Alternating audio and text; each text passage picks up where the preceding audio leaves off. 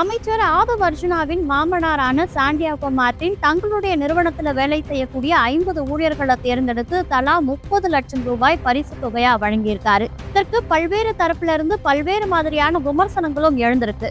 நல்ல காரியம் தானே செய்திருக்காரு, இதற்கு எதற்கு விமர்சனங்கள் அப்படின்னு உங்களுக்கு தோணலாம். ஆனா இந்த விமர்சனங்களுக்கு பின்னாடி இருக்கக்கூடிய உண்மை என்ன, இந்த நபரிடமும் திமுக சுரண்டி தின்ன அந்த வரலாறு என்ன அப்படின்னு தான் இந்த காணொலியில நம்ம பார்க்க போறோம்.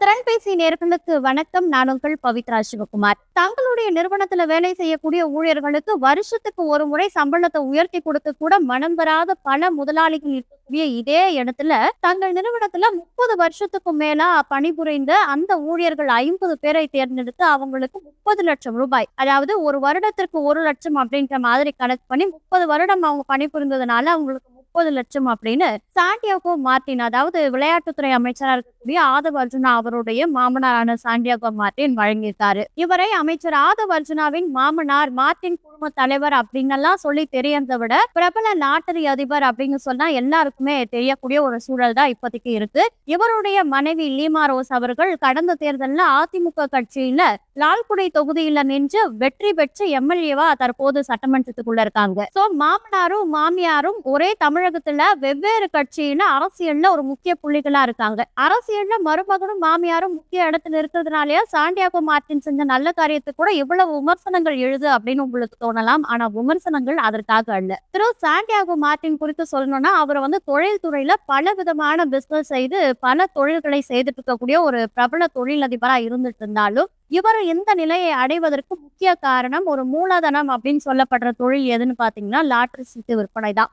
தமிழகத்துல லாட்டரி சீட்டிற்கு தடை இருந்தாலும் இந்தியாவின் பல மாநிலங்கள்ல லாட்டரி சீட்டு அரசாங்கத்தாலேயே அதிகாரப்பூர்வமா விற்கப்பட்டு இருக்கு. அந்த மாதிரியான மாநிலங்கள்ல அதிக அளவு லாட்டரி சீட்டை விற்கக்கூடிய ஒரு தொழிலை தான் மார்டின் அவர்கள் ஆரம்ப காலகட்டத்தில இருந்து செய்துட்டு வந்தாரு. அந்த தொழில் மூலமா தான் இப்ப அவர் ஒரு தொழில் அதிபராகவும், அந்த தொழில் மட்டும் இல்லாம பல தொழில்கள்ல அவர் முதலீடு செய்து அரசியல் புள்ளிகளுக்கெல்லாம் தேர்தல் நிதி வழங்கும் அளவிற்கு பல்லாயிரம் கோடி கணக்கான சொத்துகளுக்கு ஒரு அதிபரா மாறி இருக்காரு. இப்படி தொழில் துறையில பல வருஷமா இவர் வெற்றிகரமா பயணிச்சிருந்ததை தொடர்ந்து 50 வருஷத்தை தற்போது நிறைவு செஞ்சிருக்காரு. சோ தொழில் துறையில இவர் கால் பதிச்சு 50 ஆண்டுகள் நிறைவடைந்ததை கொண்டாடும் விதமா அவருடைய குடும்பத்தினரும் அவருடைய குடும்பத்துல பணிபுரியக்கூடிய பலரும் இவருக்கு ஒரு விழா எடுத்து பார்க்கணும் அப்படின்றதுக்காக ஒரு பெரிய விழா நடந்தது சமீபத்துல.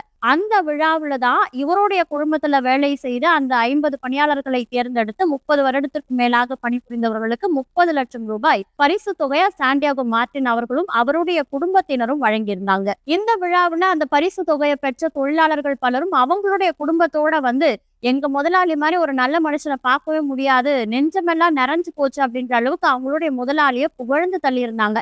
இதை பார்த்து பலரும் நமக்கு இப்படி ஒரு முதலாளி கிடைக்கலையே அப்படின்ற மாதிரி வருத்தப்படக்கூடிய விதத்துலதான் அந்த வீடியோக்கள் எல்லாமே இருந்தது. இதை பலரும் பாசிட்டிவா ஒரு பக்கமும் நெகட்டிவா ஒரு பக்கமும் பார்த்துட்டு இருக்கும் பொழுது இருவிதமான விமர்சனங்கள் எழுந்திருக்கு. அது என்னன்னா, ஒன்று பாசிட்டிவா நான் சொன்ன மாதிரி, அதாவது இந்த நிலைமைக்கு வர்றதுக்கு அவர் எவ்வளவு கஷ்டப்பட்டு இருப்பாரு, எவ்வளவு தடைகளை தாண்டி போராடி இந்த இடத்துக்கு வந்திருப்பாரு அப்படின்னு பாசிட்டிவா சாண்டியாகோ மார்டின் குறித்த விமர்சனங்களும், அது இல்லாம இது உழைச்சி சேர்த்திருந்த பணமா இருந்தா பரவாயில்ல, இவ்வளவு பணத்தை எடுத்து கொடுக்கறதுக்கு யோசிப்பாங்க, லாட்டரி சீட்டு விற்பனை மூலமா ஏழை மக்களோட வயிற்றுல அடிச்சு சம்பாரிச்ச பணம் தானே, அதனாலதான் அதோட வேல்யூ தெரியாம 30 லட்சத்தை தூக்கி போனஸா இப்படி கொடுக்குறாரு அப்படின்ற மாதிரி நெகட்டிவான விமர்சனங்களும் பரவிட்டு. உண்மையிலேயே பொதுமக்கள் குறித்து சொல்லணும்னா இந்த மாதிரியான என்ன விமர்சனங்களை வைப்பதற்கும் பொதுமக்கள் தகுதியானவர்களா இருக்காங்க. ஏன்னா அவரு அந்த பணத்தை எப்படி எந்த விதத்தில் சம்பாதித்திருந்தாலும் அதுல ஒரு பங்கு கூட பெறாதவர்கள் தான் பொதுமக்களா இருக்காங்க. ஆனா இதுதான் சாக்கு, நமக்கு ஒரு வாய்ப்பு கிடைச்சிருச்சு அப்படின்னு சொல்லிட்டு திமுக கட்சிக்காரர்கள் இதற்குள்ள புகுந்து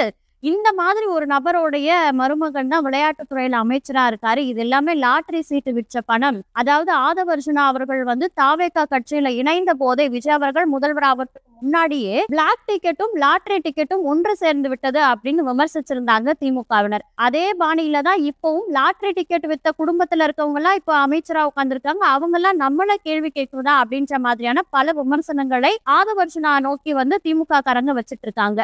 ஆனா இந்த விமர்சனத்தை வைப்பதற்கு திமுகவினருக்கு கொஞ்சம் கூட எந்த தகுதியும் அருகதையும் இல்லை அப்படின்னு தான் சொல்லணும். எதற்காக அப்படின்னு பாத்தீங்கன்னா, அது லாட்டரி சீட்டு வித்த பணம். இந்த பணத்துல மருமகளா இருக்கக்கூடியவர்லாம் என்ன கேள்வி கேட்கலாமா? அப்படின்னு பேசக்கூடிய இவங்க தான் 2021ஆம் ஆண்டு தேர்தல்ல இதே அமைச்சர் ஆதவர்ஜுனா அவர்களை தங்களுடைய தேர்தல் வியூக வகுப்பாளரா பயன்படுத்தி 2021ஆம் ஆண்டு தேர்தல்ல வெற்றி பெற்றாங்க. இதே ஆதவர்ஜுனாவை தேர்தல் வியூக வகுப்பாளரா பயன்படுத்தி தான் அந்த தேர்தல்ல வெற்றி பெற்றாங்க. அந்த தேர்தல்ல அந்த விடியல் ஆட்சி அப்படின்ற அந்த முழக்கம், அந்த டேக்லைன் எல்லாம் கொண்டு வந்தது இவருடைய வியூகம் அப்படின்னு சொல்லப்படுது. அந்த தேர்தல்ல ஸ்டாலின் தான் வராரு, விடியல் தர போறாரு, விடியல் ஆட்சி அப்படின்ற ஒரு டேக்லைன் எல்லாம் கொண்டு வந்தது அமைச்சர் ஆதவர்ஜுனா அவர்களுடைய ஐடியாலஜி அப்படின்னு சொல்லப்படுது. அப்படி அவருடைய வியூகங்களை எல்லாம் பயன்படுத்தி கொண்டு அவர் வேறு கட்சிக்கு தாவும் பொழுது அவரை இப்போ லாட்டரி சீட்டில் வாழ்பவர் அப்படின்னு சொல்லி இவங்க இது பண்றாங்க. இதற்கும் ஒரு படி மேல சொல்லணும் அப்படின்னா 2024ஆம் ஆண்டு மார்ச் மாதத்துல இந்த சாண்டியாகோ மார்டின், அதாவது யாருடைய பணத்தில் ஆதவர்ஜுனா அவர்கள் வாழ்கிறார்கள், லாட்டரி சீட்டு வித்த பணத்துல வாழ்றாங்க அப்படின்னு சொல்றாங்களோ அதே சாண்டியாகோ மார்டின் கிட்ட இருந்து கிட்டத்தட்ட எவ்வளவு கோடி அவங்க தேர்தல் நிதியா தேர்தல் பத்திரம் மூலமா வாங்கியிருக்காங்க அப்படின்னா 656.5 கோடியை தேர்தல் நிதியா வாங்கியிருக்காங்க திமுக. இது மட்டும் இல்லாம கலைஞர் இருந்த காலகட்டத்துல அவர் கதை எழுதி இயக்கிய ஒரு படத்திற்கு 50 கோடி நிதி உதவியா திரு சாண்டியாகோ மார்டின் அவர்கள் கொடுத்ததாகவும் சொல்லப்படுது. அந்த சமயத்துல இந்த பணம் எல்லாம் எப்படி சம்பாதித்த பணமாக இருந்தாலும் அவங்களுடைய கஜானாவை, திமுகவின் கஜானாவை கல்லா கட்ட வைத்ததுனால அந்த பணம் குறித்து எந்தவித கேள்வியும் எழுப்பாத திமுகவினர் தற்போது ஆதவர்ஜுனா அவர்கள் வேறு கட்சிக்கு மாறிவிட்டாங்க. அவங்களுடைய மாமியாரான லீமா ரோஸும் திமுகவுடன் இல்லை, அவங்க அதிமுகவுக்கு போயிட்டாங்க அப்படின்றதுனால இது லாட்டரியால் சம்பாதித்த பணம் அப்படின்னு பல விமர்சனங்களை இப்போ முன்வைக்கிறாங்க. அப்படி அது லாட்டரியால் சம்பாதித்த பணம் அப்படின்னு உங்களுடைய மனசாட்சி உறுத்திட்டு இருக்கு அப்படின்னா 656 கோடியை நீங்க திருப்பி கொடுத்துருங்க. உங்ககிட்ட இந்த தேர்தல் நிதியா அங்க வாங்கணும், ஆனா இது லாட்டரி வித்து சம்பாதித்த பணம், அதனால இந்த பணம் எங்களுக்கு வேண்டாம் அப்படின்னு உங்களுக்கு திராணி இருந்தால் அந்த பணத்தை திருப்பி கொடுத்துருங்க. அப்போ இது பற்றி எல்லாம் பேசாம இப்போ மக்கள் வயிற்றில் அடிச்சு சம்பாதித்த பணம் அப்படின்னு மக்களுக்காக பரிதவிக்கிற சில நிர்வாகிகள் போல இவங்க பேசக்கூடிய செயல் யாரை ஏமாற்றக்கூடிய செயல் அப்படின்றது மக்கள் தான் புரிஞ்சுக்கணும். சாண்டியாகோ மார்டின் அவருடைய குழுமத்துல இருந்த ஊழியர்களுக்கு அளித்த ஜாக்பாட் சர்ப்ரைஸ் குறித்தும் அவரிடமே சுரண்டை தின்று அவரையே விமர்சிக்கும் திமுக குறித்தும் பல விஷயங்கள் அவங்க கூட பகிர்ந்துகிட்ட இதே போன்று மற்றும் ஒரு காணொலியில் சந்திக்கிறேன். இந்த விஷயம் குறித்த பல தகவல்கள் உங்களுக்கு தோணுச்சுன்னா அதை கமெண்ட்ல சொல்லுங்க. அதுவரை உங்களிடமிருந்து விடைபெறுவது பவித்ரா சிவகுமார்.